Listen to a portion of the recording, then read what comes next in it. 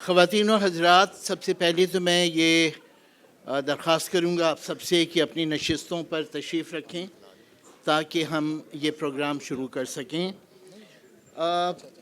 عوامی دانشور یا پبلک اسکالر، ہمارے ہاں اس کی روایت ہے کہ نہیں ہے، اور روایت ہے تو کیسی ہے، کتنی مضبوط ہے، توانا ہے، اس موضوع پر ہم یہ سیشن کر رہے ہیں۔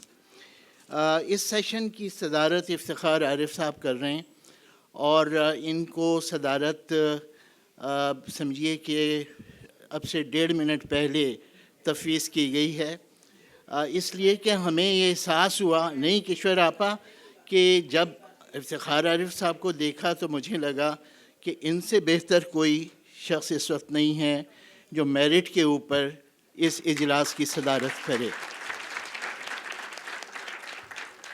ہمارے ساتھ غازی صلاح الدین صاحب تشریف رکھتے ہیں، جو سینئر صحافی ہیں اور ایک طویل عرصے سے صحافت سے یہ وابستہ ہیں، اور اب بھی یہ کالم لکھتے ہیں، ہر ہفتے ان کا کالم شائع ہوتا ہے۔ دانشور ہیں، بہت پڑھے لکھے آدمی ہیں، اور کتابوں کا بڑا ذخیرہ ان کے پاس ہے، اور سب سے کمال بات یہ ہے کہ یہ کتابیں دوسرے کو دینے پر ہر وقت آمادہ رہتے ہیں، اور یہ کسی کا شوق دیکھتے ہیں تو پھر مستقل کتاب اسے دے دیتے ہیں۔ تو آپ لوگ اگر کراچی آئیں تو ان سے ضرور ملنے جائیے گا۔ ہمارے ساتھ اسامہ صدیق صاحب ہیں، جو لاء کے پروفیشن سے ان کا تعلق ہے، اور ان کا اکیڈمک کام بھی اسی شعبے سے متعلق ہے، ان کا ڈاکٹریٹ بھی لاء کے اوپر ہے۔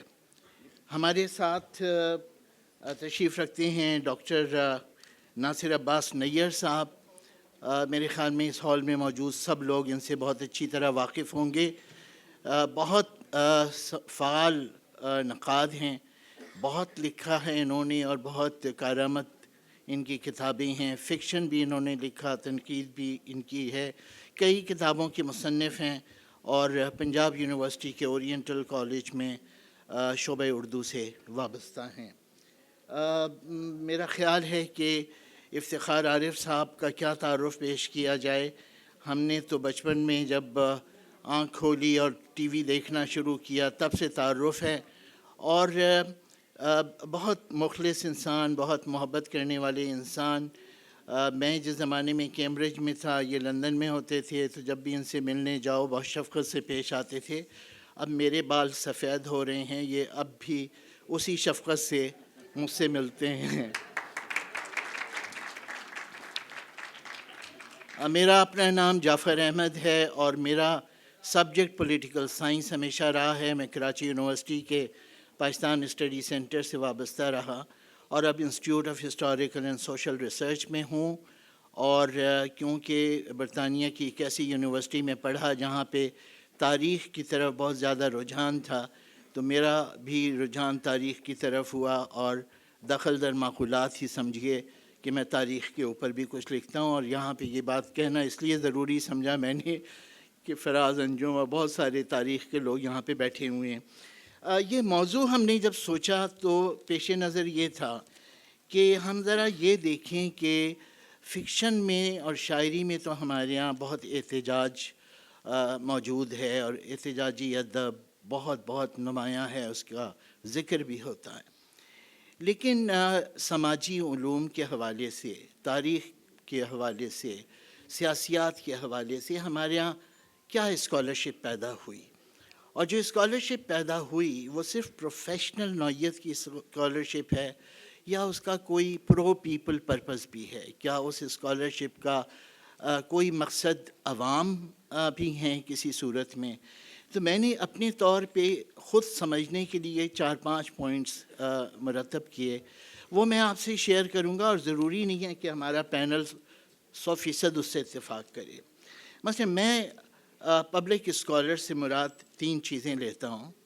ایک ایسا اسکالر جو عوام کے نقطۂ نظر سے سوچتا ہو، سیاسی موضوعات پر، سماجی موضوعات پر، اقتصادیات پر، اور دیگر سماجی علوم کے حوالے سے اس کا جو طرز فکر ہو وہ عوام کو پیش نظر رکھ کے مرتب کیا گیا ہو۔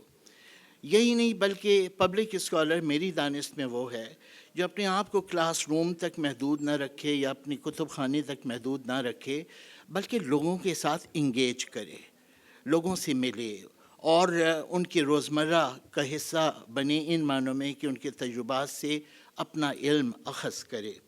تیسری چیز میرے ذہن میں یہ ہے کہ اس کا طرز تحریر ایسا ہو، طرز گفتگو ایسا ہو کہ وہ عوام تک اپنی بات پہنچا پاتا ہو، اور کمیونیکیشن اسکل اس کی ایسی ہو کہ اسے پتہ ہو کہ میرے آڈینس کون ہیں اور وہ ان تک اپنی بات پہنچا رہا ہو، دوسرے حلقے بھی اس کی بات سنیں، لیکن یہ کہ پہلا اس کا آبجیکٹو یہ ہو کہ وہ پبلک تک پہنچے۔ اب اس میں صحافت کے شعبے سے تعلق رکھنے والے لوگ بھی ہو سکتے ہیں، قانون کے شعبے سے تعلق رکھنے والے لوگ بھی ہو سکتے ہیں، سول سوسائٹی کے لوگ بھی ہو سکتے ہیں۔ ہمارے ملک میں ایسے بہت سارے لوگ ہیں جو قانون کے شعبے سے وابستہ تھے اور انہوں نے پبلک ڈسکورس میں حصہ لیا، گئے لوگوں کے پاس۔ صحافت میں بڑے نام ہیں، آئی رحمان صاحب کا نام ہے، مہدی حسن صاحب کا نام ہے۔ سول سوسائٹی میں بہت لوگ آپ کو اس طرح کے مل جائیں گے۔ بر صغیر میں ایک بہت بڑا نام اروندھتی رائے کا ہے، جو اس طرح سے پبلک اسکالرشپ میں ایک نمایاں نام ہیں۔ تعلیمی اور تحقیقی اداروں کے اندر آپ دنیا کی یونیورسٹیوں میں دیکھیں کہ نوم چومسکی کا سکہ چلتا ہے ساری دنیا میں، ایڈورڈ سعید کتنا بڑا نام تھے، اینجلا ڈیوس امریکہ کی کتنی بڑی پروفیسر اسکالر تھیں، اور پھر ہمارے یہاں بھی اس طرح کے لوگ آپ کو بہت زیادہ نہیں لیکن چند ملیں گے ضرور۔ ڈاکٹر مبارک علی صاحب سندھ یونیورسٹی سے وابستہ رہے ایک طویل عرصہ۔ تو یہ کچھ میرے ذہن میں جو خاکہ تھا وہ تھا۔ اچھا، پبلک اسکالرس جو ہیں ان کے لیے کچھ چیزیں انیویٹیبل ہیں، وہ ہوں تو بہت اچھا ہے، اور وہ نہ ہوں تو پھر ان کی جد و جہد اس چیز کی طرف ہوتی ہے کہ یہ چیز حاصل ہو۔ کیا چیزیں ہیں؟ ایک تو میں سمجھتا ہوں کہ جمہوری ماحول کا ہونا بہت ضروری ہے۔ جمہوری ماحول کے اندر ڈائیلاگ ہو سکتا ہے، جمہوری ماحول میں ایک دوسرے سے تبادلہ خیال ہو سکتا ہے، اور اگر جمہوری ماحول نہیں ہے تو پبلک اسکالر کا کام یہ ہے کہ جمہوریت کے لیے جد و جہد کرے۔ اس کی تحریروں اور تقریروں کا ایک مدعا یہ ہو کہ جمہوری ماحول قائم ہو۔ اسی سے ریلیٹڈ چیز ہے کریٹیکل تھنکنگ۔ کریٹیکل تھنکنگ کے بغیر سوچ آگے نہیں بڑھتی، افکار منجمد ہو جاتے ہیں۔ تو اگر کریٹیکل تھنکنگ کا ماحول ہے تو بہت اچھی بات ہے، وہ اپنی باتیں کہے گا، دوسروں کی باتیں سنے گا، اپنی باتوں کی میں ترمیم کرے گا، رد و قبول کے عمل سے گزرے گا۔ اور اگر یہ نہیں ہے تو پھر اس کا ایک آبجیکٹو یہ ہوگا کہ وہ کریٹیکل تھنکنگ کے لیے جد و جہد کرے۔ اور تیسری اہم چیز یہ ہے کہ جب وہ جمہوری ماحول کی بات کرے گا اور کریٹیکل تھنکنگ کی بات کرے گا تو پھر اس کو طے کرنا ہوگا کہ ایک ریاست کا اپنا بیانیہ ہوتا ہے، اور یہ سب ریاستوں کے اپنے بیانیے ہوتے ہیں۔ مسئلہ یہ ہے کہ ریاستوں کا رجحان اس طرف ہوتا ہے کہ وہ اپنے بیانیے کے علاوہ اور کوئی بیانیہ پسند نہیں کرتی۔ وہی بیانیہ میڈیا کے ذریعے سے، وہی نصاب کے ذریعے سے لوگوں تک پہنچایا جاتا ہے۔ پبلک اسکالر کا کہنا یہ ہے یا اس کا خیال یہ ہوگا کہ ٹھیک ہے، ریاست کا ایک بیانیہ ہے، لیکن آلٹرنیٹیو ڈسکورسز ہو سکتے ہیں، آلٹرنیٹیو بیانیے ہونے چاہیے، اور اگر نہیں ہیں تو وہ آلٹرنیٹیو بیانیے کے لیے کوشش بھی کرے گا، اور خود اس کا اپنا بیانیہ بھی ایک آلٹرنیٹیو بیانیہ بنے گا۔ اس میں سب چیزوں میں اسے مشکلات کا سامنا کرنا پڑے گا، لہٰذا یہ ہے کہ پبلک اسکالر کی زندگی کا بڑا حصہ مزاحمت میں گزرتا ہے۔ یہ ہے جو میرے ذہن میں ایک خاکہ ہے۔ اب اس پہ گفتگو کریں گے ہمارے دوست۔ میں عام طور سے کراچی میں جتنے سیمینارز ہمارے ہوتے ہیں، میں ایک دن پہلے یا کچھ دیر پہلے اپنے پینلسٹ سے ڈسکس کرتا ہوں کہ ہم اپنی گفتگو کو کچھ اسٹرکچر کر لیں تاکہ لوگوں تک اسپیکولیٹو باتیں نہ پہنچیں بلکہ ایک مربوط انداز میں بات پہنچے۔ لیکن غازی صاحب نے صبح مجھ سے یہ کہا کہ نہیں، آپ سوالات وغیرہ پہلے سے متعین نہ کریں، کھلا چھوڑ دیں، تو میں کھلا چھوڑ رہا ہوں۔ اور میں غازی صاحب تو کھلے چھٹے ہوئے ہیں بہت عرصے سے، ان کو کھلا نہیں چھوڑ رہا، لیکن میں گفتگو کو کھلا چھوڑ، اوپن ہینڈیڈ. اوکے جی. تو نیئر صاحب آپ بتائیں کہ یہ ایک خاکہ سا میں نے پیش کرنے کی کوشش کی. یو مے اگری اور ڈس اگری ود اٹ، لیکن یہ کہ میں چاہوں گا کہ آپ گفتگو شروع کریں. بسم اللہ الرحمن الرحیم. بہت شکریہ جعفر صاحب، آپ نے تو تقریباً سب باتیں کہہ دی. تو اب ہم کیا کریں گے کہ آپ کے جو بیان کیے گئے نکات ہیں صرف ان کی وضاحت کریں گے. تو بہت سی بنیادی باتیں پبلک انٹلیکچوئل کے ضمن میں آپ نے کہہ دی ہیں. ایک بنیادی جو اس سیشن کا محرک جو سوال ہے کہ پاکستان کے اس وقت جب ہم یہاں موجود ہیں، پاکستان میں کوئی پبلک انٹلیکچوئل نہیں ہے. اب یہ ظاہر ہے بہت بڑا ایک دعویٰ ہے، تو اس دعوے کو میں اس کے حق میں کچھ دلائل دینے کی ایک کوشش کروں گا کہ اگر ہم پبلک انٹلیکچوئل کا تصور وہ رکھتے ہیں جن کی آپ نے کچھ مثالیں دی ہیں، جیسے نوم چومسکی، جیسے ایڈورڈ سعید، جیسے اروندھتی رائے، یہ جیسے اب طارق علی وہاں موجود ہیں، یا اس سے پہلے اقبال احمد جہاں موجود رہے، تو اس سطح کے لوگ ہمارے یہاں اب نہیں ہیں. اپنے مختلف شعبوں کے متخصصین، ماہرین وہ موجود ہیں. وہ خواہ ان کا تعلق صحافت سے ہو، سیاسیات سے ہو، تاریخ سے ہو، سماجی سائنس کے کسی اور شعبے سے ہو، یا حتیٰ کہ ادب سے ہو. لیکن ایک پبلک انٹلیکچوئل، یعنی ہمارے ہاں اکیڈیمک انٹلیکچوئلز ہیں، ہمارے ہاں پروفیشنلز ہیں، ہمارے ہاں ماہرین اور ایکسپرٹ ہیں، بہت اچھے ہیں. وہ اپنے شعبے میں کام بھی بہت اچھا کر رہے ہیں. ایک قانون کا ایکسپرٹ بہت اچھا ہو سکتا ہے، لیکن جس کو یا سیاست کا، پالیٹکس کا، تاریخ کا، سماجیات کا بہت اچھا ہو سکتا ہے، نفسیات کا بہت اچھا ہو سکتا ہے، ادبی تنقید کا بہت اچھا ایک ایکسپرٹ ہو سکتا ہے. لیکن وہ انٹلیکچوئلز ہیں اپنے شعبوں کے، اور ان کی جو آڈینس ہے وہ اپنے شعبوں کے لوگ ہیں، اور ان پہ وہ اثر بھی ڈالتے ہیں، وہ موجود ہیں. لیکن ایک ایسا پبلک انٹلیکچوئل نہیں ہے جو ان سب جو ہماری ہیں مختلف طبقات ہیں یا مختلف آڈینس ہے، ان سب کے ایک درمیان میں موجود ہو. اب میں چند باتیں کہنا چاہتا ہوں کہ یہ جو انٹلیکچوئلس کا مسئلہ ہے، ویسے تو یہ ہمارے ہاں 19ویں صدی میں آیا. مغرب میں انٹلیکچوئل کا جو ساری اس کے تصور کی جو تشکیل ہوئی ہے وہ 19ویں صدی میں فرانس میں ہوئی. اور اس کے بعد انطونیو گرامشی تھے، جنہوں نے اٹیلین تھے، جو پریزن نوٹ بک لکھی، اس میں پہلی دفعہ یہ سوال اٹھایا. اور اس نے کہا کہ دو طرح کے انٹلیکچوئلز ہوتے ہیں. ایک ہوتے ہیں روایتی انٹلیکچوئلز، اور ایک ہوتے ہیں آرگینک انٹلیکچوئلز.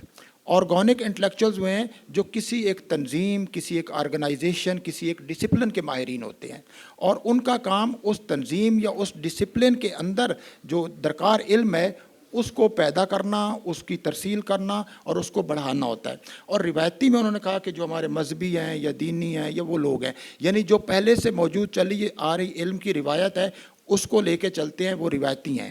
اور جو اس سے ہٹ کر جو خاص جو انسانی علم ہے اس کو لے کے چلتے ہیں تو وہ آرگینک ہے. ہمارے ہاں اگر ہم دیکھیں تو پچھلی ہماری جو روایت ہے اس میں کئی لفظ ملتے ہیں جو انٹلیکچوئل سے ملتے جلتے ہیں، جیسے حکیم کا لفظ، عارف کا لفظ، دانش مند کا لفظ، یا ویزرڈ کا لفظ، یا سیج کا لفظ. تو اس زمانے میں بھی ہم دیکھتے ہیں کہ دونوں طرح کے تھے. یہ حکیم ہوں یا ملا ہوں، علامہ ایک زمانے میں بہت ایک، اور ملا بہت ایک قابل احترام الفاظ ہوا کرتے تھے.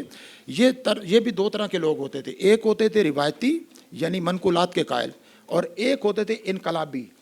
تو ان میں بھی روایتی اور انقلابی، جو صوفی تھا وہ ایک انقلابی آدمی تھا. انقلابی آپ سمجھیے کہ ایک آدمی تھا چونکہ وہ عوام کی زبان استعمال کرتا تھا، عوام کی زبان میں ملفوظات لکھتا تھا، عوام کی زبان میں تمام طرح کے لوگوں سے بات کرتا تھا، اور عوام کی زبان میں شاعری لکھتا تھا. لہٰذا اس کا ایک کردار تھا جو اپنے زمانے کا انقلابی تھا، لیکن وہ اپنے زمانے کا انقلابی تھا.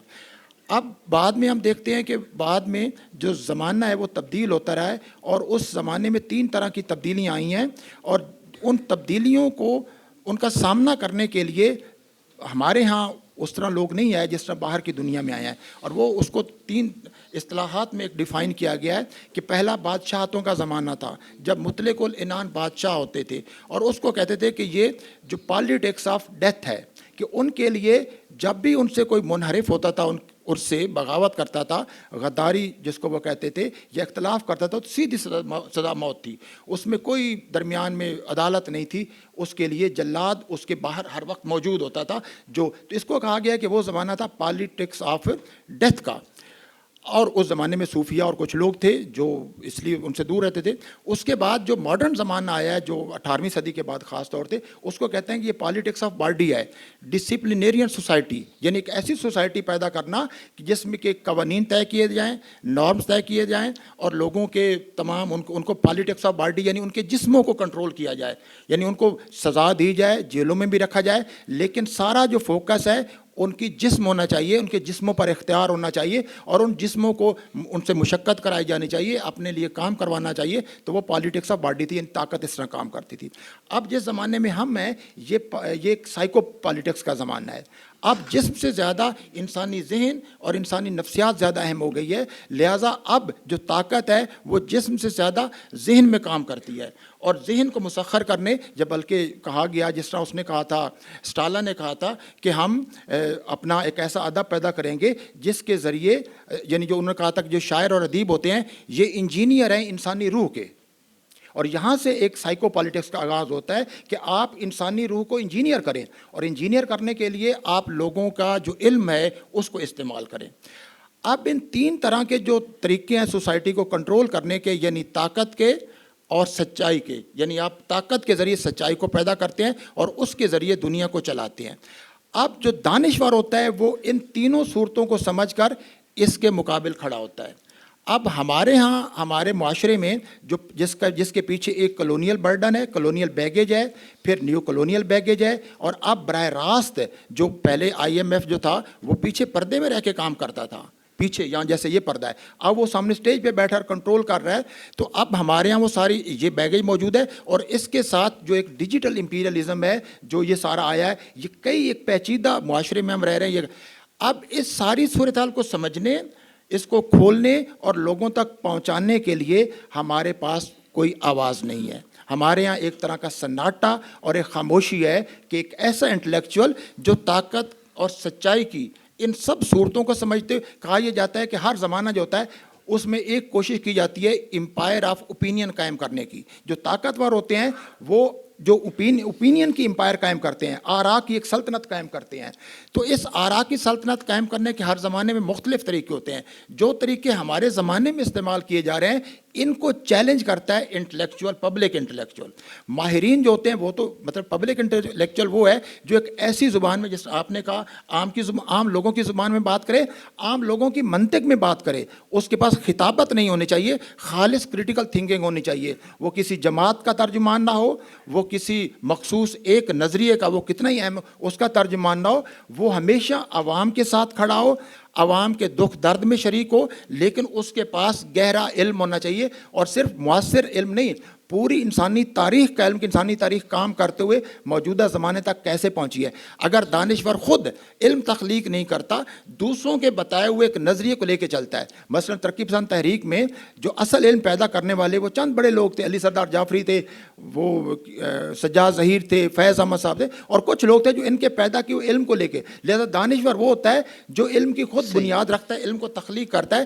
جو اس کو لے کے چلتے ہیں وہ اس کے فوج کے سپاہی ہو سکتے ہیں. تو ہمارے یہاں علم تخلیق کرنے والے اپنے سماج کا, اپنے زمانے کی ساری پیچیدہ صورتحال کو سمجھ کر اور پھر اس کو لوگوں تک, لوگوں کی زبان میں پہنچانے والے ناپید اس وقت ہیں. اچھا, بہت شکریہ.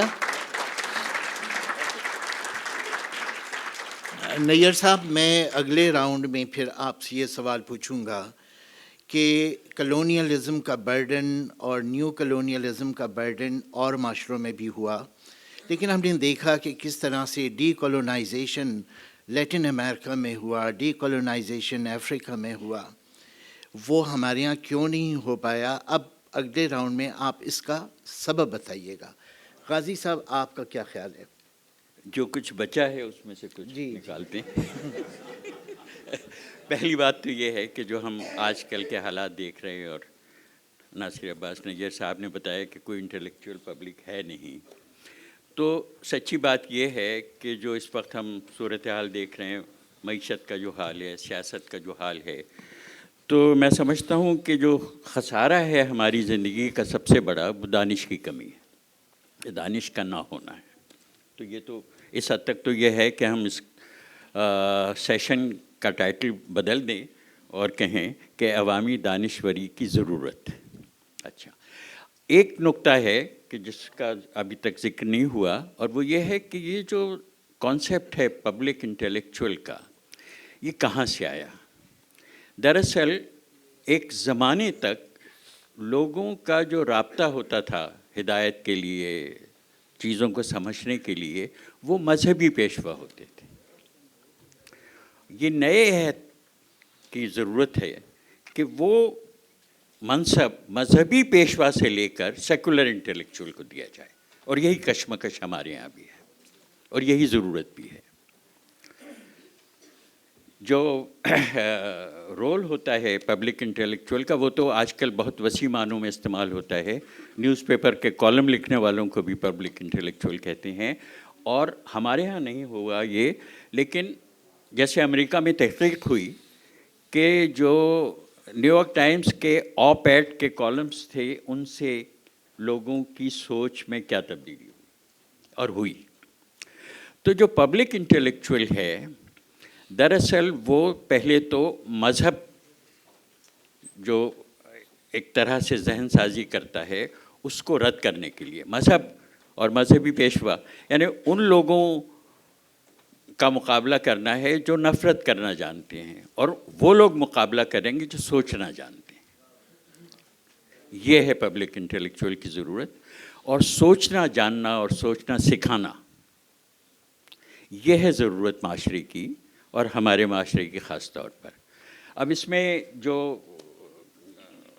ایک آپ نے ایک ڈارک پکچر جو پینٹ کی اس کی جو وجوہات ہیں، ان میں ایک وجہ یہ ہے کہ ہمارے ہاں انگریزی کا غلبہ ہے ہمارے معاشرے پر، اور جو پڑھے لکھے لوگ ہیں وہ انگریزی کتابیں پڑھتے ہیں، انگریزی ادب اور انگریزی کے ذریعے وہ دنیا کو سمجھتے ہیں. اور وہ بھی ایک ایلیٹ ہے، یہ بھی ایک ایلیٹ کیپچر کی جو ہم بہت بات کرتے ہیں سیاست میں، معیشت میں، یہ اس کا ایک انٹلیکچوئل کانٹیکسٹ ہے یہ، کہ یہ ایلیٹ کیپچر ہے.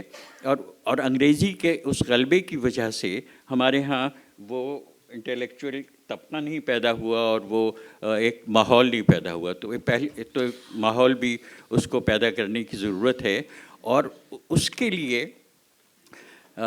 میرے خیال میں ایک ربط قائم کرنا ہے جامعات یا جو انسٹیٹیوٹ آف ہائر لرننگ ہے ان میں اور سول سوسائٹی میں. اس کی ضرورت ہے. جو جامعہ ہوتی ہے وہ آئیوری ٹاور نہیں ہوتی، اور یہ تصور بہت پرانا تھا. ان کا تعلق معاشرے سے ہوتا ہے، معاشرے کے مسائل کیا ہیں، ضرورت کیا ہے، آئیڈیالوجیز پہ کیا بات ہو رہی ہے، یہ کیمپسز پہ شروع ہوتی ہے بات. اور وہ جو جامعات کے استاد ہیں ان سے یہ توقع کی جاتی ہے کہ وہ معاشرے کے مسائل کا حل سوچیں گے، اس پہ بات کریں گے اور انگیج کریں گے معاشرے کو. اور ایسا ہوتا ہے کئی ملکوں میں، جتنی بھی بڑی ایجادات ہوئی ہیں، نئے خیالات آئے ہیں، نئی تحریکیں چلی ہیں، وہ اکثر کئی ملکوں کی جامعات سے شروع ہوئی ہیں، اور یہاں اس کی ضرورت ہے اور یہاں وہ نہیں ہے. تو ایک تو یہ مسئلہ ہے.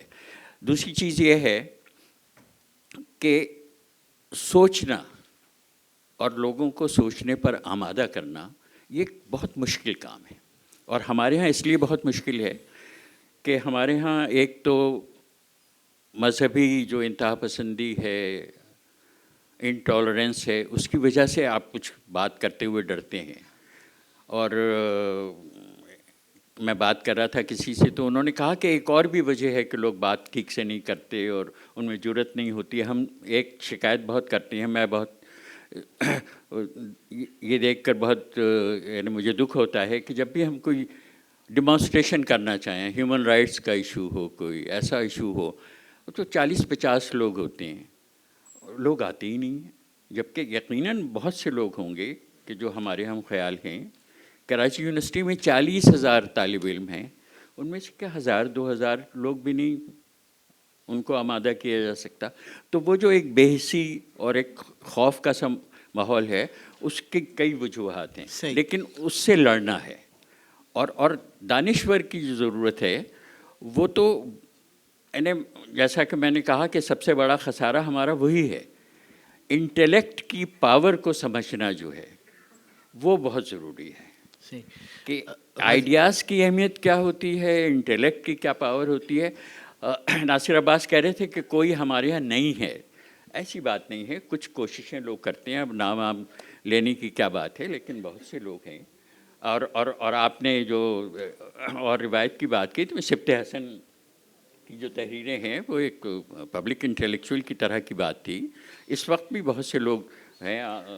غازی صاحب میں پھر آپ سے دوبارہ اگلے جی، راؤنڈ میں بالکل، پوچھوں گا۔ بالکل۔ افتخار ہاں۔ عارف صاحب سے میں جاننا چاہوں گا، گو کہ افتخار عارف صاحب کا براہ راست تعلق جامعات سے نہیں ہے، لیکن آپ اسلام آباد میں رہتے ہیں، میرے خیال میں 26 جامعات تو صرف اسلام آباد میں ہیں، اور پورے ملک کی جامعات کے بھی ایک قوائف آپ کو پتہ ہیں۔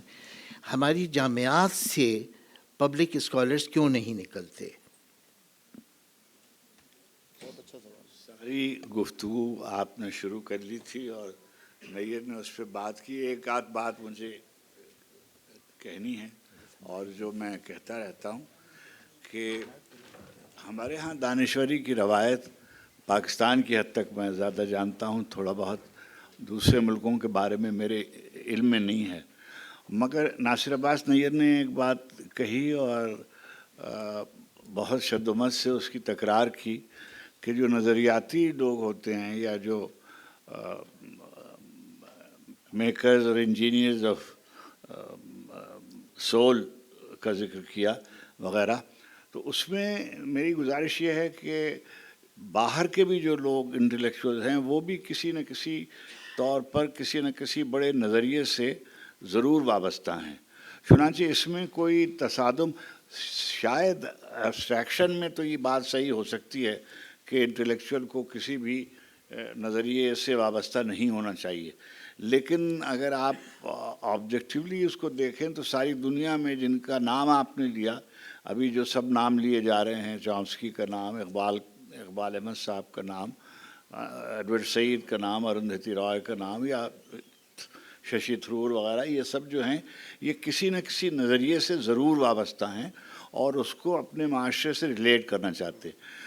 دوسری بات جو میں عرض کرنا چاہتا ہوں، جو بدنصیبی ہے اور اس کو کہنا چاہیے کہ ادب سے بھی اور جامعات سے بھی کوئی بڑا دانشور ابھی تک ہمارے 50 برسوں میں جن کے نام لیے، دیکھیے سبط بھائی کا تذکرہ آپ نے کیا، وہ شاید پہلے آدمی تھے جن کی کتابیں جو ہیں وہ مشکل ہیں، یعنی ماضی کے مزار بھی مشکل ہے اور موسیٰ سے مارکس تک بھی مشکل ہے، مگر بلوچستان جیسے صوبے میں جتنی کتابیں سبط حسن صاحب کی پڑھی جاتی ہیں اور جتنے لوگ ان کے حلقہ اثر میں ہیں، یعنی کراچی جیسے شہر میں بھی نہیں ہیں، اور یہ بالکل بات کہنی چاہیے۔ ابھی آپ نے ارشاد فرمایا کہ 40,000 بچے کراچی یونیورسٹی میں، جعفر احمد صاحب میری بات سن نہیں رہے ہیں، اس لیے میں ان کی طرف سے منہ ہٹا کے کہتا ہوں کہ گزشتہ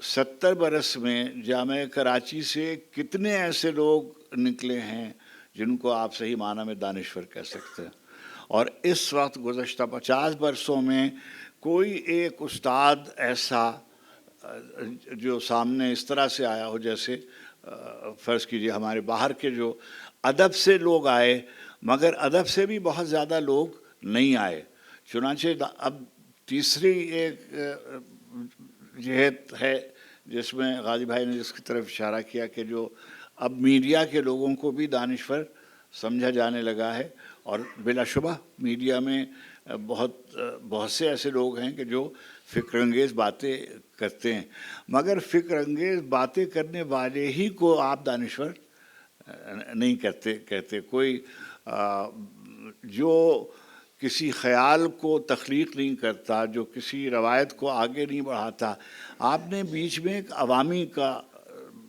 قصہ لگا رکھا ہے، تو عوامی ہونے کے لیے لازم ہے کہ وہ جڑے اپنے معاشرے سے جڑے گا کیسے؟ یعنی آپ نے ابھی تک اپنے نصاب تعلیم کے جو نصاب ہیں بیسک سے لے کر اور یونیورسٹی تک جو قائم کر رکھے ہیں اور جو تعلیم کا نظام قائم رکھا ہے، مجھ کو ڈاکٹر صاحب بہتر جانتے ہیں کہ مجھے بہت سے سلیکشن بورڈز میں بیٹھنے کا اتفاق ہوا. آپ یقین کیجئے گا کہ جو یعنی یہ مجھے کہنا چاہیے کہ 2-4 لوگ ایسے ہوں گے جو ہمارے اردو کے حوالے سے سامنے آئے ہوں اور جو انگریزی میں گفتگو بھی کر سکتے ہوں، لیکن جو دنیا میں دانش کی صورتحال ہے وہ اس کو پڑھ بھی نہیں سکتے. اس کی تفہیم اور اس کا اطلاق تو بعد کی بات ہے، یعنی ان مسائل کی آگاہی بھی ان کے لیے دشوار ہوتی ہے. یعنی میں دیکھتا ہوں کہ ابھی یہ ناصر بیٹھے ہوئے ہیں، انہوں نے پوسٹ ماڈرنزم پہ بہت کام کیا ہے، کلونیل تھنکنگ پہ بہت کام کیا ہے. ماشاءاللہ یہ دوسری طرح کے لوگ ہیں، مگر کتنے لوگ ہماری دانشگاہوں میں ہیں. اچھا پھر یہ کہ آپ غور فرمائیے، جتنی بھی سیاسی تحریکیں چلیں ان میں سے وہی لوگ شاید زیادہ کامیاب رہے جو کسی نہ کسی طرح سے پڑھے لکھے لوگ تھے. یعنی اگر ہمارے زمانے میں ہم تو ایک ہی بڑے لیڈر کو جانتے ہیں، ذوالفقار علی بھٹو کو، جو کتابیں پڑھتے تھے. اب میں دیکھتا ہوں کہ بڑی بڑی کابینائیں ہیں، میں سوچتا ہوں کہ ان میں سے کون 56 آدمیوں کی کابینہ ہے، کیا اس میں کسی آدمی نے، ہمارے کسی وزیر اعظم نے کبھی کوئی کتاب پڑھی ہوگی؟ یا اگر آپ ان کے ڈرائنگ رومز میں جائیے تو لاکھوں روپے کی تصویریں آویزاں ہوں گی جس کو وہ اپریشیٹ نہیں کر سکتے. یعنی تصویریں لگانے میں کوئی حرج نہیں ہے، مگر کوئی ان کی اپریسیشن نہیں ہے کہ بھئی یہ کس طرح کا مصور ہے یا کیا ہے. ان کے ہاں آپ کو کتابوں کا فقدان ملے گا. پہلے فیشنیبل پڑھ بھی لیتے تھے. تیسری بات یہ ہے کہ خود ڈاکٹر صاحب لیٹن امریکہ میں جو آپ نے جس کا حوالہ دیا، لیٹن امریکہ میں جتنی دانش کی روایت سامنے آئی وہ شاعری سے بھی آئی اور ایجوکیشن میں بھی آئی. بڑے بڑے لوگ جو پیڈاگوجی آف آپریز والے اور وغیرہ وغیرہ، یہ سب جو ہیں یہ ایک نظریے سے وابستہ ہونے کی وجہ سے آئے. یعنی فرض کیے ہمیں ایک ہی نام یاد آتا ہے جب ہم کہتے ہیں لیٹن امریکہ، ہم کہتے ہیں پیبلو نیرودا. اب جو پیبلو نیرودا ہے اس کی ساری ایسوسیشن جو ہے وہ ایک خاص نظریے سے ہے، ایک خاص آئیڈیالوجی سے ہے. تو آئیڈیالوجی سے کٹ کر کتنی دیر آپ کوئی رائے قائم کر سکتے ہیں اور کتنی دیر قائم رہ سکتے ہیں. غازی بھائی نے کہا کہ علماء کی طرف اشارہ کیا. بلا شبہ اہل تصوف جو تھے وہ بنیادی طور پر خالص مذہبیت کے خلاف تھے. یعنی ہمارے جو صوفی شعراء ہمارے سندھ میں اور ہمارے پنجاب کے جو صوفی شعراء ہیں وہ بالکل جداگانہ ان کا خیالات بھی تھے اور فکر بھی تھی، مگر وہ اپنی زمین سے جڑے ہوئے تھے. زمین سے جڑے ہونا اور خلق خدا سے جڑے ہوئے بغیر، اچھا جب ان سے آپ جڑے ہوں گے انگریزی کے توسط سے تو پھر کیسے کام چلے گا؟ یعنی مطلب یہ دو بالکل متصادم باتیں ہیں.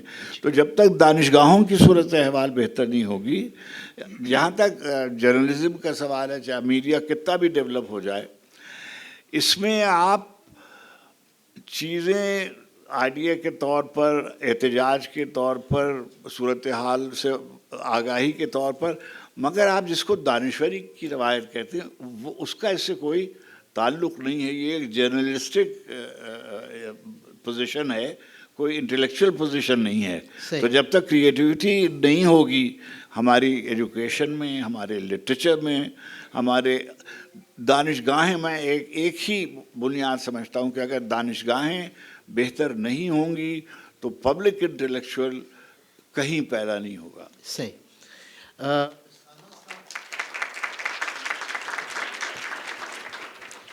اسامہ صدیق صاحب، آپ سے میں یہ جاننا چاہوں گا کہ آپ اس ساری گفتگو کو اپنی لیگل پروفیشن کے بیک گراؤنڈ میں ذرا سا اگر آپ اجازت دیں تو لاء تک اس کو محدود نہ کریں. میں تو بالکل اپوزٹ بات کرنے لگا ہوں. اچھا، چونکہ میں چلیں لائر آپ کر لیں، لیکن پھر بعد میں لاء کے حوالے سے دیکھ لیتے ہیں. جی میری گزارش یہ ہے، میں قانون سے آپ نے میرا تعارف کرایا، لیکن میں ناولسٹ بھی ہوں اور میں فکشن لکھتا ہوں اور میں اس کے ساتھ ساتھ قانونی تحقیق کرتا ہوں. میرے خیال میں ایک بہت بڑا معاملہ جو اسی سے وابستہ ہے کہ پبلک انٹلیکچولی کیوں نہیں ہے، وہ یہ ہے کہ ہم لوگوں کو اور ان کی دسترس کو کمپارٹمنٹلائز کرتے ہیں، اور جتنا ہم کمپارٹمنٹلائز کریں گے، جو انٹر ڈسپلنریٹی کا کانسیپٹ ہے جو آپ تو اچھی طرح جانتے ہیں، میرے خیال میں دیٹ از دا فیوچر. اور جو لوگ انٹر ڈسپلنری مختلف مضامین کو یکجا ملا کے دیکھ کے معاملات کو دیکھتے ہیں، میں فکشن بھی وہی لکھتا ہوں اور میں ریسرچ بھی وہی کرتا ہوں. اگر میں نو آبادیاتی نظام کو دیکھتا ہوں اور اس کے قوانین کو دیکھتا ہوں تو وہ معاشرت، پولیٹیکل سائنس اور ہسٹری کے بغیر ہو نہیں سکتا، بلکہ زیادہ کام ہے ہی اسی میں. اور اگر میں تاریخی ناول لکھتا ہوں تو ظاہر ہے اس کا تاریخ سے بھی تعلق ہے، سماج سے بھی تعلق ہے. لیکن میں ایک اور بات اس سے پہلے کہنا چاہتا ہوں، taking the advantage of being at the tail end of the stream, which is کہ میں تھوڑا سا اتفاق نہیں کرتا اپنے سینئر جو یہاں پہ، بلکہ آپ سارے پبلک انٹلیکچوئلز ہیں، سو یہ جو آرگومنٹ ہے کہ پبلک انٹلیکچوئل کوئی نہیں، اس کی تو نفی یہیں ہو جاتی ہے، چونکہ میں تو مانتا ہوں آپ کو. میرا یہ خیال ہے کہ پبلک انٹلیکچوئلز بالکل ہیں. میرا خیال میں ہمارا تھوڑا سا جنریشنل ڈسکنیکٹ بھی ہے، اور ہم ڈیفینیشنلی بھی اس کو بہت نیرولی دیکھ رہے ہیں. میں آپ کو نام لے دیتا ہوں، زیادہ لوگوں کو یا نہیں پتہ ہوگا. ایک صاحب ہیں حسنین جمال، کالم لکھتے ہیں. انہوں نے ایک کتاب لکھی مضامین کی، اور وہ مضامین بڑے عام فہم مضامین ہیں لوگوں کو زندگی کے بارے میں، کہ بچیوں کو کیسے پالنا ہے، کم آمدنی میں بھی زندگی کے اندر خوش کیسے رہنا ہے، زندگی میں کیا چیزیں ہیں جن کو اسپائر کرنا ہے. Every day things in the 21st century which are cardinal to existence. He is going into the 4th edition of his book. ٹھیک ہے، people are reading him, young people are reading him. There are plenty of young intellectuals, academics who are coming now with their PhD who we are probably disconnected with. I see a very vibrant environment. اور میں بالکل صحیح ہے، ہماری جو پارلیمان ہے اور کابینہ میں شاید بھٹو صاحب جیسی قابلیت کے لوگ نہ ہوں، لیکن let's go across the border. Pratap Bhanu Mehta, Shashi Tharoor اور 4 نام آپ اور نکال لیجئے. نریندر مودی نے بھی آج تک کوئی کتاب نہیں پڑھی، اور ڈونلڈ ٹرمپ نے بھی نہیں پڑھی. اور چومسکی اور ہارورڈ زن اور ایڈورڈ سعید کے پائے کا کوئی انٹلیکچوئل نہیں ہے. ٹھیک ہے نا. تو ایک انحطاط پبلک انٹلیکچوئلزم کا گلوبل ہے. It's not just us. The other thing is کہ آئی تھنک پبلک انٹلیکچوئل کی ڈیفینیشن کو اگر ہم براڈن کریں، جو ناصر صاحب دے رہے ہیں وہ تو ایک بہت ہی چوٹی کے لوگوں کی ہم بات کر رہے ہیں، کہ جو دنیا جہان کے لٹریچر سے بھی متعارف ہوں، جو ارتقاء کو بھی دیکھیں، انسانی تہذیب اور آئیڈیاز کی جینیالوجی کو، اس کے بعد لوگوں سے بھی. اس میں 5-6 فیکٹرز آ جاتے ہیں. But I think they are tiers of public intellectuals. ہمارے ہاں اگر کوئی آدمی جو سائنس کا مستند آدمی ہے، وہ مذہب پہ یا تعلیم پہ بات کرتا ہے تو ہم مذاق اڑاتے ہیں پرویز ہود بوائے کا. ٹھیک ہے نا. لیکن اگر کوئی درمیانے سے بھی نیچے درجے کا صحافی جو مرضی بولتا رہے، جس کا شاید BA کی ڈگری بھی نہ ہو، وہ سن لیتے ہیں. یہ مسائل اپنی جگہ پہ ہیں. لیکن میرا نقطہ نظر اس معاشرے کے بارے میں تھوڑا مثبت ہے. میں آیا منفی تھا، لیکن آپ سب کو سن کے میں مثبت ہو گیا ہوں. ٹھیک ہے، چونکہ میں نے یہاں پہ زندہ رہ رہے ہیں، اور یہاں پہ بہت سے لوگ ایسے ہیں جو اچھا کام کریں. اب مجھے صرف تھوڑا سا موقع دیجیے گا، جو میں آپ نے بات کی کہ ایز اے لیگل اسکالر، یا دوسری بات، میرا خیال میں narrowness of disciplinary vision is a big issue. یہ لاء میں بھی ہے. ہمارے ہاں جج ہوتے تھے، آپ بلکہ زیادہ متعارف ہوں گے، جو لٹریچر بھی پڑھتے تھے، اور ان کی ججمنٹ لٹریچر کی طرح تھی. اس میں اتنی زیادہ ایمانداری کا کوئی خاص تعلق نہیں ہوتا تھا، لیکن جسٹس منیر کو ججمنٹ لکھنی آتی تھی، چونکہ انہوں نے ادب پڑھا ہوا تھا. اور ہم نے جسٹس کارنیلیس کو بھی بہت سیلیبریٹ کیا، حالانکہ بڑے مسائل ہیں ان کی جورسپروڈنس پہ، اس میں نہیں جاتے. Now the lawyers and the judges barely know the law itself, let alone the fact that they've read Marquez اور قرۃ العین حیدر. وہ ہے ہی نہیں. ٹھیک ہے نا. سو پبلک انٹلیکچوئل کی اگر ہم اس ڈیفینیشن پہ جائیں تو interdisciplinarity is incredibly important. دوسرا ہے is the narrowness of perspectives. Why do we expect کہ ایک آدمی جس کا تعلق سائنس سے ہے وہ بات نہ کرے مذہب پہ. آج کل میں مجید امجد کی شاعری پڑھ رہا ہوں. مجید امجد کی ساری شاعری کی خوبصورتی کی ایک بہت بڑی وجہ ہے کہ یہ عیاں ہوتا ہے مجید امجد کو پڑھ کے کہ انہوں نے سائنس پڑھی تھی. چونکہ جو ان کے استعارے ہیں وہ وہی آدمی پیش کر سکتا ہے جس کو پتہ ہے کہ گیلیکسی فارمیشن کیسے ہوتی ہے. تو ایک یہ ہمارا ہے. تیسری بات یہ ہے کہ ہماری جو پلیٹ فارمز ہیں وہ ایڈیٹ پروف نہیں ہے. I am sorry, I am using that term. ایک زمانے میں بھی ٹی وی پہ بہت جاتا تھا، لیکن ٹی وی پہ ہوتا یہ تھا کہ اگر میں آئینی امور کا ماہر ہوں تو بہرحال کچھ ڈومین ایکسپرٹیز تو چاہیے نا. 2 لوگ جنہوں نے آئین کھولا بھی نہیں ہوا، اور بیچ میں صابن کا اشتہار بھی ہے. So ultimately you decide not to go, because you see ایک لیول پہ جو آدمی انٹلیکچوئل یا اکیڈیمک اسپائر بھی کرتا ہے، وہ چاہتا ہے کہ گفتگو کا ایک معیار ہو. لیکن آخری میرا اس کا جواب یہ ہے کہ ہمیں تھوڑا بہادر ہونا پڑے گا، ہمیں تھوڑا سا چیزوں کو برداشت کرنا پڑے گا، اور ہمیں ماڈرن سوشل میڈیا سے متعارف ہونا پڑے گا. میں نے 4 کتابیں پچھلے دنوں میں اپنی جہالت کی وجہ سے، چونکہ جس نظام تعلیم سے میں گزرا ہوں اس میں نہ انٹرڈسپلنریٹی تھی، میں پاکستان میں پڑھا پھر باہر گیا. میں سائنس پڑھتا ہوں آج کل، میں کاسمولوجی پڑھتا ہوں، اسٹرانومی پڑھتا ہوں. چاروں جو سائنٹسٹ جن کی کتابیں میں نے پڑھی جو کمال کتابیں تھیں، میرا دماغ کھل گیا. چاروں کے چاروں ٹویٹر پہ ہیں، چاروں کو میں نے لکھا، چاروں نے جواب دیا. اب تو یہ بات رہتی نہیں ہے کہ لوگوں کی دسترس چیز تک نہیں ہے. دنیا جہان کا علم انٹرنیٹ پہ ہے اور پبلک انٹلیکچوئلز بھی ہیں، اور جو بہت سے موضوعات پہ وہ بات کر رہے ہیں وہ محدود نہیں ہیں ان کے معاشرے تک، وہ گلوبل اور یونیورسل ہیں. سو آئی تھنک استاد کے طور پہ اب ہماری ذمہ داری یہ ہے کہ ہم ان کی طرف رجوع کریں، ہم اگلی جنریشن میں آنے والے اچھے لوگوں کو ان کی حوصلہ افزائی کریں. اور کیوں نہیں ہے، ہمارے ہاں عائشہ جلال ہیں، ہمارے ہاں حمزہ علوی تھے، ہمارے ہاں اقبال احمد تھے، اتنے ہی تقریباً باقی ملکوں میں بھی ہیں. ہم ذرا تھوڑے پیچھے رہ گئے لیکن اتنا بھی برا حال نہیں ہے ہمارا. میں یہاں Thank you. بات ختم. بہت شکریہ. اچھا، اب میں چاہوں گا کہ بہت اختصار سے ہمارے مہمان جو ہیں وہ جواب دیں. ناصر صاحب، پچھلے راؤنڈ میں آپ نے کلونیل بیگیج کا ذکر کیا تھا اور میں نے کہا تھا کہ میں آپ سے پوچھوں گا کہ ہم ڈی کلونائز کرنے میں کیوں ناکام رہے.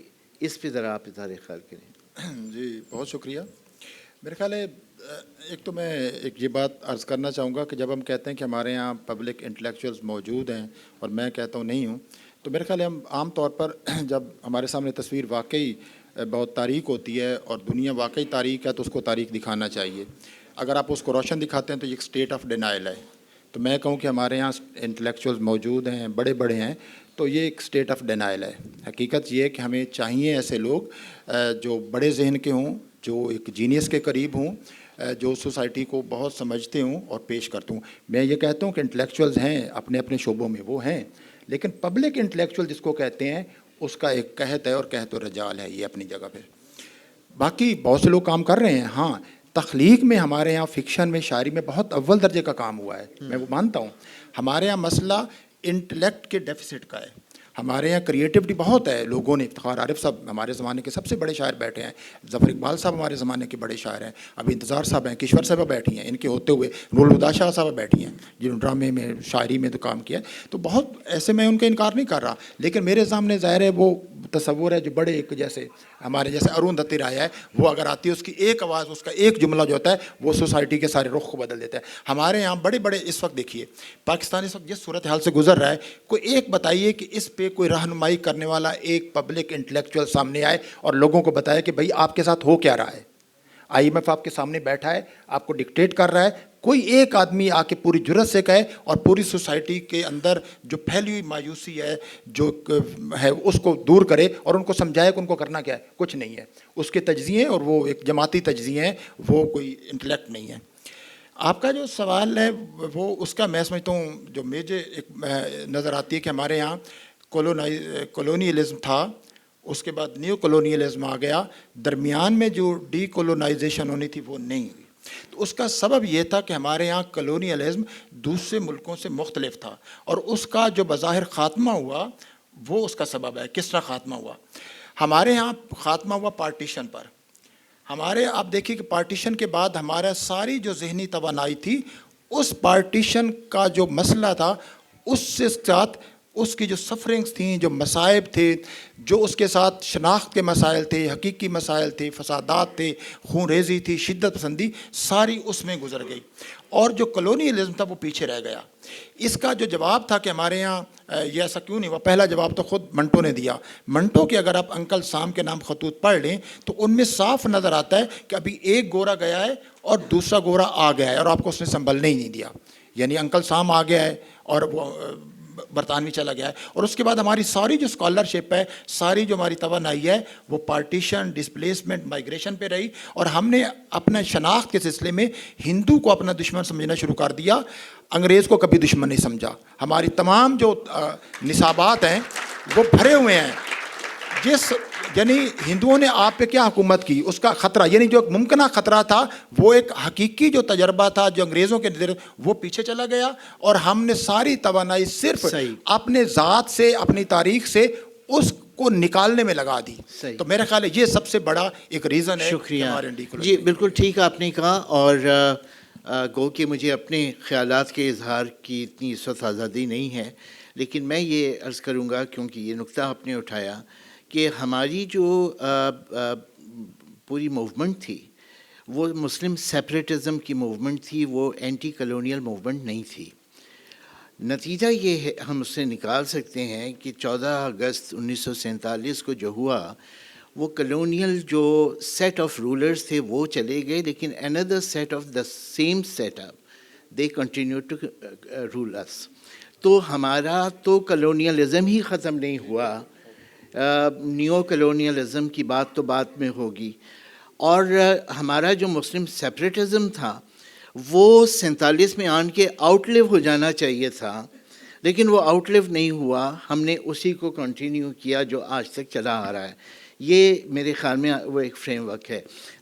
غازی صاحب، آپ نے جو صورتحال پینٹ کی اس سے اگری کرتے ہوئے اور یہ بھی طے ہو جانے کے بعد اس پینل میں کہ ہمیں ضرورت ہے پبلک انٹلیکچوئلس کی، تھوڑی دیر کے لیے آپ بالکل کنٹمپرری پاکستان پہ آ جائیں کہ آج پاکستان کی ریالٹی کیا ہے۔ حکمران طبقات بھی ملک سے ایسا معلوم ہوتا ہے کہ مایوس ہو گئے اور وہ اب باہر اپنی جگہیں تلاش کر رہے ہیں۔ ہمارے ریٹائرڈ جرنیل جو ہیں وہ باہر جائیدادیں بنا رہے ہیں، ہمارے ڈپلومیٹس جو ہیں وہ ریٹائرمنٹ کے بعد باہر ٹھہر جاتے ہیں، اور عوام بھی اب باہر دیکھ رہے ہیں۔ 2022 میں 8.5 لاکھ نوجوان پاکستان سے باہر چلے گئے ہیں، اور باقی جو ہیں وہ بھی باہر جانا چاہتے ہیں۔ اس سیناریو کے اندر ہم کیا پبلک انٹلیکٹ پیدا کریں اور کس کے لیے پیدا کریں، تھوڑا سا اس زاویے سے آپ غور کریں۔ دیکھیے، جو اسامہ نے بات کی، اور یہ وہ بات ہے جو ہم بہت کرتے ہیں آپس میں۔ آج صبح نور الہدیٰ صاحبہ کے ساتھ بھی یہی بات ہو رہی تھی کہ ہم یقیناً واقف نہیں ہیں کہ نوجوان نسل جو ہے وہ کیا سوچ رہی ہے، کیا کر رہی ہے، اور وہ ایک الگ دنیا ہے ان کی، اور میرے خیال میں وہ شاید اتنی ہی پروڈکٹیو ہو اور اتنے ہی اس میں روشنی ہو جس کا کہ اشارہ کیا گیا ہے۔ لیکن جو پاکستان کی ریالٹی ہے اس کو سمجھنے کے لیے ہم کس طرح سے دیکھیں گے؟ جو انٹلیکچوئل ہوتا ہے نا، تو وہ کمپلیکسٹیز کو سمجھنے کی کوشش کرتا ہے، وہ تضادات کو سمجھنے کی کوشش کرتا ہے جو معاشرے میں ہے، اور یہی اس کی پہچان ہونی چاہیے کہ وہ اس کمپلیکسٹی کو، ان کانٹرڈکشنز کو، پیراڈاکسز جو ہیں ان کو ریکنسائل کر سکے، سمجھ سکے۔ جو پاکستان کی اس وقت کی ریالٹی ہے، جو آپ نے کہا کہ کس طرح people are voting with their feet in a sense کہ بھئی باہر جانا ہے، باہر سب کو جانا ہے، اور نوجوانوں کی تو خاص طور پہ یہ خواہش ہے، اور جو کیپیبل نوجوان ہیں وہ تو سب باہر جا رہے ہیں۔ یہاں پر جو اصل مسئلہ ہے وہ یہ ہے کہ جو انٹلیکچوئل انوائرنمنٹ ہے اس ملک کا وہ ٹھیک نہیں ہے، and not for young people also. جب میں نے کہا کہ 40,000 اسٹوڈنٹ کراچی یونیورسٹی میں پڑھتے ہیں، تو میں یہ بہت شکوہ بہت زمانے سے کر رہا ہوں کہ اتنا بڑا کیمپس، پاکستان کا سب سے بڑا کیمپس، سب سے بڑی یونیورسٹی، اور کبھی وہاں پر میں نے اخبار کا کھوکا نہیں دیکھا کہ اخبار بکتے ہوں۔ یہ جب کی بات ہے کہ جب تک سوشل میڈیا بھی اتنا نہیں ہوتا، کوئی پرائیویٹ کتابوں کی دکان نہیں ہے۔ اور میں نے کیمپسز دیکھے ہیں دنیا میں بہت، میرا شوق رہا ہے۔ بھئی ہر کیمپس کا تو اپنا ایک روزانہ کا اخبار نکلتا ہے، آپ کو پتہ ہے، ہر کیمپس کا تقریباً، امریکہ، یورپ، اور ہم جن ملکوں کو نہیں جانتے جیسے روس یا فارس وغیرہ، وہاں بھی ایک بہت ہی وائبرنٹ جو ایک یوتھ کلچر ہے۔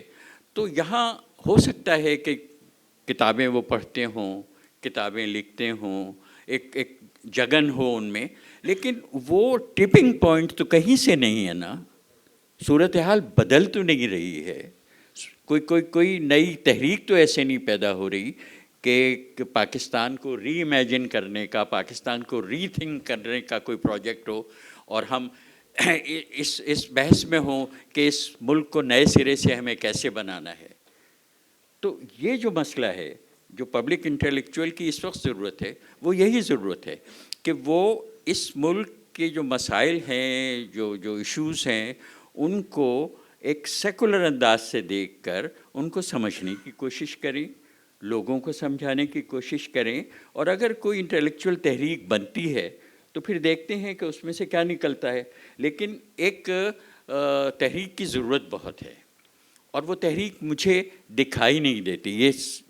یہ قبول کرتے ہوئے کہ مجھے نہیں پتا کہ نوجوانوں میں کس طرح ایک یعنی تحریک ہے، یا کوئی ایک نئے خیالات کی کوئی الغار ہے، یا نئی طرح کی سوچ سے وہ بدلنا چاہتے ہیں. ایک تو یہی ہے کہ وہ اگر بدلنا بھی چاہتے ہوں تو اپنی زندگی کو بدلنا چاہتے ہیں. اور ہمارا مسئلہ بھی یہ ہے کہ ہم اجتماعی مسائل کا حل ذاتی طور پر ڈھونڈتے ہیں، کہ اگر ہیلتھ سسٹم خراب ہے تو پرائیویٹ ڈاکٹر ہیں، اگر لا اینڈ آرڈر ٹھیک نہیں ہے تو گارڈ دروازے پہ بیٹھا ہے نا، اگر تعلیم خراب ہے تو ہمارے پرائیویٹ انسٹیٹیوٹ سے مہنگے. تو یہ جو اجتماعی مسائل ہیں، اور ایک sense of commitment to your community, میں نیشن اور وہ نہیں کر رہا ہوں بھئی، ایک آپ لارجر اسکیل میں دیکھیں تو ایک ہیومن کمیونٹیز ہیں، لوگ ہیں، ملک پاکستان ہو یا کوئی ہو، لوگ ہیں، ان کی زندگیاں ہیں، ان کے مسائل ہیں. تو اس کے لیے ایک ضرورت ہے کہ ہم سوچیں. اور اس میں ایک یہ ہے کہ ماحول کی جو بات ہے، وہ میں ایک بات ہوئی تھی نا، ایلیا ایرنبرگ کی ایک مثال میں نے دی تھی، یاد ہے اس میں، کہ وہ جب سوویت یونین بن گیا اور ایلیا ایرنبرگ ان کے وہ تھے ایک طرح سے نمائندے اور انٹلیکچوئل ریپرزینٹ کرتے تھے ہر جگہ. تو باہر کسی نے پوچھا کہ بھئی آپ سوویت انقلاب آ گیا آپ نے یہ سب کچھ کر لیا، آپ نے کوئی گورکی نہیں پیدا کیا، کوئی چیخوف پیدا نہیں کیا. تو انہوں نے جو جواب دیا وہ مجھے میں اس سے متاثر ہوں. اور انہوں نے کہا کہ دیکھیے یہ تو صحیح ہے کہ ہم نے کوئی گورکی نہیں پیدا کیا یا ٹالسٹائی نہیں پیدا کیا، نہ ہم نے اس کا وعدہ کیا تھا. لیکن پہلے اگر 5000 لوگ ٹالسٹائی کو پڑھتے تھے تو اب 5 لاکھ پڑھتے ہیں. یہ ہے تبدیلی وہ چاہیے. یعنی کتاب لکھ لی جائے، ٹھیک ہے، کتاب پڑھی جائے اور اس کا اثر ہو، اس پہ گفتگو ہو، یہ ضروری ہے. تو کتنی کتابیں چھپتی ہیں، کتنی بکتی ہیں، کتنی بک شاپس ہیں، کتنی لائبریریاں ہیں. وہ جو ایک انٹلیکچوئل انفراسٹرکچر چاہیے جو وہ نہیں ہے. لائبریریوں کا تو حال یہ ہے کہ کراچی میں کوئی پبلک لائبریری نہیں ہے. اور آپ اور جگہ کی بات کرتے ہیں، برازیل میں ساؤ پاؤلو اور ریو میں نے ان کی جو پبلک لائبریری دیکھی تو ان کی عمارتیں KMC کی عمارت سے بڑی تھی. امریکہ کے بارے میں تو ہم سب جانتے ہیں، لیکن یہ جو ملک ہیں جن کے بارے میں ہم نہیں جانتے، جنوبی کوریا، لیٹن امریکہ میں سب. ابھی برازیل کے نئے صدر جو آئے ہیں لولا نے کہا he promised books in the place of guns. اب ہمارے ہاں پتہ نہیں کچھ علاقے ایسے ہوں گے جہاں بندوقیں زیادہ ہوں اور کتابیں کم ہوں. ایسا ہے، بالکل ہے. تو یہ ہے مسئلہ. آپ کراچی سے آئے ہیں تو آپ کو اتنا اجنبیت کا اظہار نہیں کرنا چاہیے اس بات سے. غازی صاحب نے کہا کہ کراچی یونیورسٹی میں 40,000 اسٹوڈنٹس ہیں اور کوئی اخبار کا کھوکھا نہیں ہے. میں کیونکہ اس یونیورسٹی سے وابستہ رہا ہوں تو میں یہ کہوں گا کہ اچھا ہوا کبھی آپ نے یہ سروے نہیں کیا کہ کتنے اساتذہ کے گھروں میں اخبار آتا ہے.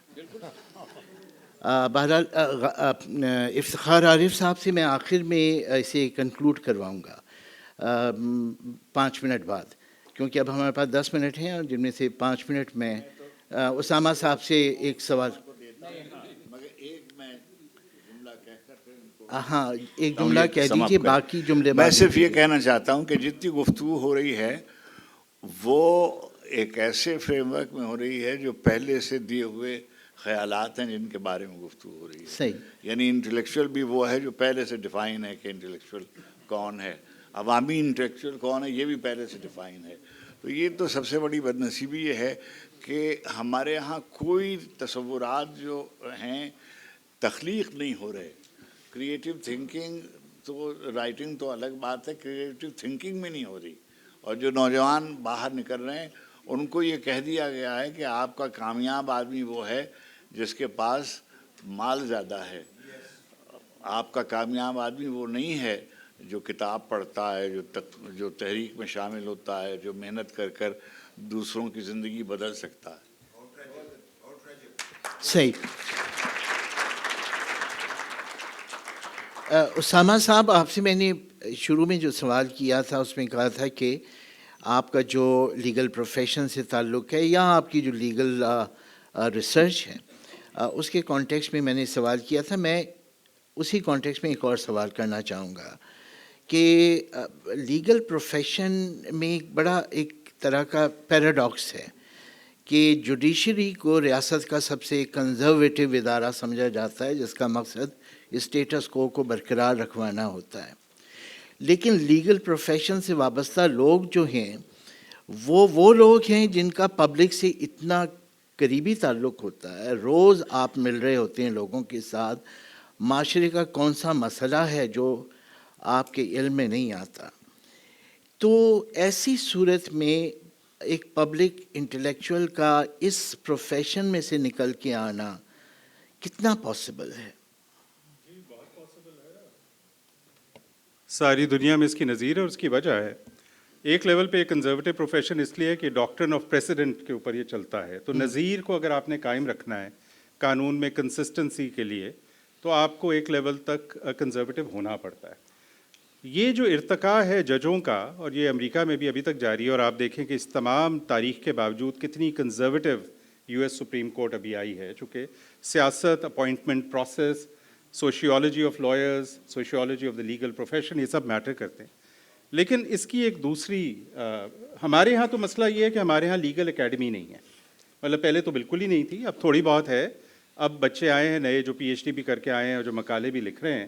آپ یہ دیکھیے کہ 50 کی دہائی میں جو ایک کتاب مشہور آئی تھی اے کے بروہی صاحب کی، اس کے بعد کوئی 40-50 سال تک قانون کی کوئی کتاب جسے کتاب کہا جائے پاکستان میں لکھی نہیں گئی۔ تو اس حد تک تو میں بالکل متفق ہوں اپنے رفقا سے یہاں پہ، لیکن پچھلے 10-15 سال میں بہت سی چیزیں ہوئی ہیں جس کی وجہ سے میں کہتا ہوں کہ ہمیں ذرا باریک بینی سے دیکھنا پڑے گا اور تھوڑا سا شاید اپنے سٹینڈرڈز کو ریلیکس بھی کرنا پڑے گا۔ میں اب یہ تو ایکسپیکٹ نہیں کر سکتا نا کہ ہارورڈ لا جرنل یہاں پہ نکلے، لیکن کچھ بھی نہیں نکل رہا، اس کے بعد کیا نکل رہا ہے وہ میں دیکھنا چاہتا ہوں۔ سو گزارش میں یہ کر رہا تھا کہ ایک لیول پہ تو ساری سپریم کورٹس دنیا کی کنزرویٹو ہے، ٹھیک ہے، پرو اسٹیٹس کو ہونا اور بات ہے، وہ تو آپ ایک کوآپٹڈ جوڈیشری ہے نا، آپ ہائی جیک ہو گئے ہیں، وہ تو ہماری پوری تاریخ ہے، چونکہ فوج نے جس طرح سے جوڈیشری کو استعمال کیا وہ علیحدہ تاریخ ہے، لیکن کنزرویٹو سارے ہیں۔ لیکن چونکہ قانون ایک انیبلنگ لینگویج ہے، چونکہ قانون صرف ایک کوئرسو لینگویج نہیں ہے، آپ اس کے تھرو ظلم بھی کر سکتے ہیں، آپ اس کے تھرو امپاور بھی کر سکتے ہیں۔ تو نیلسن منڈیلا سے لے کے اور بے تحاشا اگزامپلز ہیں، law has been an empowering language, اور اس لیے وہ لا کی امپاورنگ لینگویج کی وجہ سے ہیومن رائٹس کی تحریک شروع ہوئی۔ ہیومن رائٹس کی تحریک کی ایک بہت نمایاں زبان جو ہے وہ قانون کی زبان ہے۔ میں جب بچوں کو قانون پڑھاتا ہوں یا جس طرح سے میں نے زندگی میں قانون کو استعمال کیا بطور وکیل، بطور مدرس، بطور محقق، وہ تو امپاورنگ ہے۔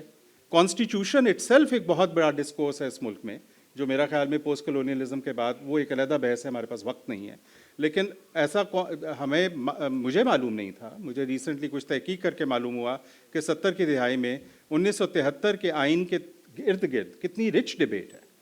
سو کتاب کی فراہمی کو بھی ہمیں اسٹرکچرلی دیکھنا پڑے گا۔ یہ بات میں نہیں ماننے کو تیار کہ پڑھنے والا نہیں ہے، جتنی بری کتاب ہمارے ہاں چھپتی ہے اور جتنی کم اس کی مارکیٹنگ کے اوپر پیسہ خرچ ہوتا ہے اور جتنی وہ بدنما ہوتی ہے، بارنگ ایکسیپشنز، اس کو خریدنے کو دل نہیں کرتا۔ 2-4 نئے پبلشر آئے ہیں، انہوں نے کتاب اچھی چھاپنی شروع کر دی، they are doing wonders. I think the demand is out there, it's a supply side issue as well. So I think بہت سی جو باتیں ہوئی ہیں ان کو ڈی کنسٹرکٹ کرنے کی ضرورت ہے۔ میں بحیثیت مجموعی تو ظاہر ہے بالکل اس سیلف ڈینائل میں نہیں ہوں کہ یہاں کوئی وائبرنٹ انٹلیکچوئل ڈبیٹ ہے، obviously not. But my point is that we are also in an ideologically impoverished world. Ideology in the larger sort of empowering sense is under crisis everywhere. اس وقت امریکہ میں کیا آئیڈیالوجی ہے؟ I mean it's incredibly difficult to distinguish between one politician and the other. یہاں تو پھر بھی آپ کوئٹہ جائیں تو وہاں پہ ایک اور بحث ہو رہی ہے، آپ ایاز میلوں پہ جائیں تو ایک اور بحث ہو رہی ہے، پشاور میں جائیں تو یہاں پہ ابھی بھی فیڈریشن کے اندر اس تمام انحطاط اور اس تمام تسلط کے باوجود رچنس ہے۔ So I think there is a fertile ground to be nurtured and sort of tapped out there. The challenges we know, I think we all know. But میں once again یہ کہوں گا، یہ نہیں مان رہے، میرے خیال میں آپ چاروں پبلک انٹلیکچوئلز ہیں، نہیں ہم نہیں آپ ہیں، ہیں میں تو نہیں۔ بالکل ہمیں ہم the genius we are looking for وہ اقبال جو ہے نا وہ سینچری میں ایک پیدا ہوتا ہے we have to also make do with people who are quite good but not quite that. Thank you ji بالکل ویسے تو میرے خیال میں اس بہت سمجھیں کہ آپٹیمسٹک پوزیشن کے بعد ہمیں سیشن ختم کر دینا چاہیے تھا، لیکن میں چاہوں گا کہ افتخار عارف صاحب کنکلوڈنگ ریمارکس دیں۔ میں تو کیونکہ فوری طور پر انٹلیکچوئل جو ہوتے ہیں ان کو پہلے سے یاد کرا دیا گیا ہوتا ہے سبق، اور کیونکہ اکیڈمیا میں ہوتے ہیں اس لیے انہیں یہ ساری چیزیں ازبر ہوتی۔